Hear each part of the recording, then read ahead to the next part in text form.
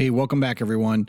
In today's video, I'm going to talk about something that I've started doing in the last couple of years that has definitely increased my catch rate. And if you're not doing this, I can almost guarantee you're missing fish. And when I say missing fish, I don't mean just one or two here and there. You might be missing up to 20 to 30% of the fish that take your bait. So in this video, I'm going to talk about what that is, show you a couple of examples that I was able to get on film that prove my point. And at the end of the video, I'll show you how I rig up so that you'll be able to do this yourself in the future. So stick around.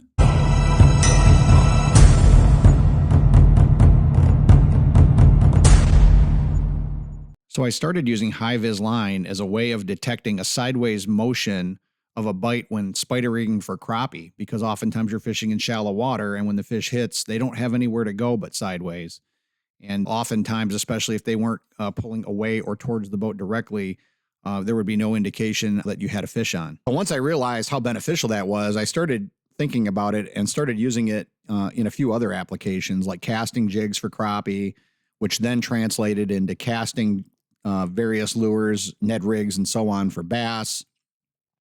I started picking up walleye with these things while I was doing so, and realized there's actually a whole slew of different types of fishing you do with a single rod where there's an advantage to having that high-vis line. Now, you might be saying, yeah, but the fish can see that line and that makes them less likely to bite. But there's an obvious way around that, and I'll address that at the end of the video when I go over my setup. So to illustrate why I feel that high-vis line is critical when you're using a single rod and reel in hand to catch fish, I've got a couple of different clips here that I'm going to show you where you can basically see why it's helpful. So in this first clip, I'm fishing for bass with a wacky rig. And as you'll see in a minute, I'll cast this line out. And as the rig is falling, you'll see a change in how the slack line behaves on the surface of the water. I'll try to zoom in and show you that here in a second.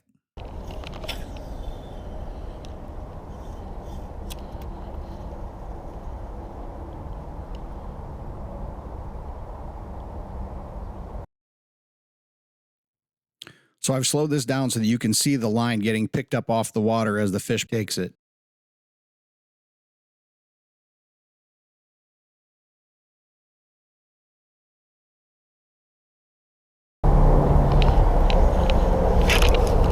There's a fish.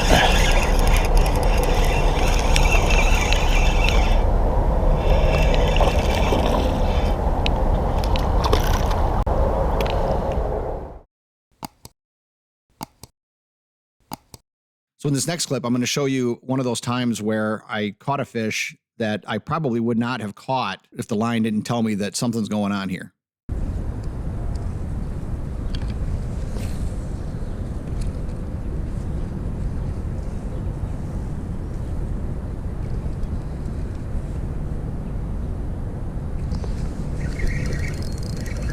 Now that's a perfect example of a fish that was running with it. I could not feel that, but I could see that line going sideways. So I'm going to slow this down now, and hopefully you can see this line moving. But there was no indication via the fishing rod that I had any sort of fish on the line. The fish was obviously coming towards me, but when the line moved to my left, as I was starting to retrieve it, it was kind of drifting to the left. And that was my indication that something was going on. And I actually had to speed up my retrieve just to make up the slack, because it was putting slack in the line faster than I could make it up. And once I finally got it up there, sure enough, then I felt that there was a fish on. Okay, so as promised, this is the rod and reel I tend to use for larger game fish like bass, walleye, things like that. So start off with a braided line. Now mine, I'm 52 years old. My sight is not what it used to be, so I'm using a thicker braid here. Most younger fishermen, you know, until you start having eye problems, you probably don't need something this thick. I think this might be 40 or 50 pound braid. It doesn't need to be this big. You could just go with your standard, you know, 15 or 20 pound as a backing line. And then to that, I'll tie on a fluorocarbon leader. I use a double uni knot usually to tie these together.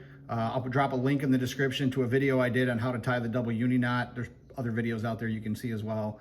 But I just found it to be the easiest and most reliable and it works well for me. So double uni knot, and then I'll put on, you know, roughly 4 feet of leader material. This is fluorocarbon. I always use fluorocarbon. I fish in the north. A lot of times we're fishing really clear water.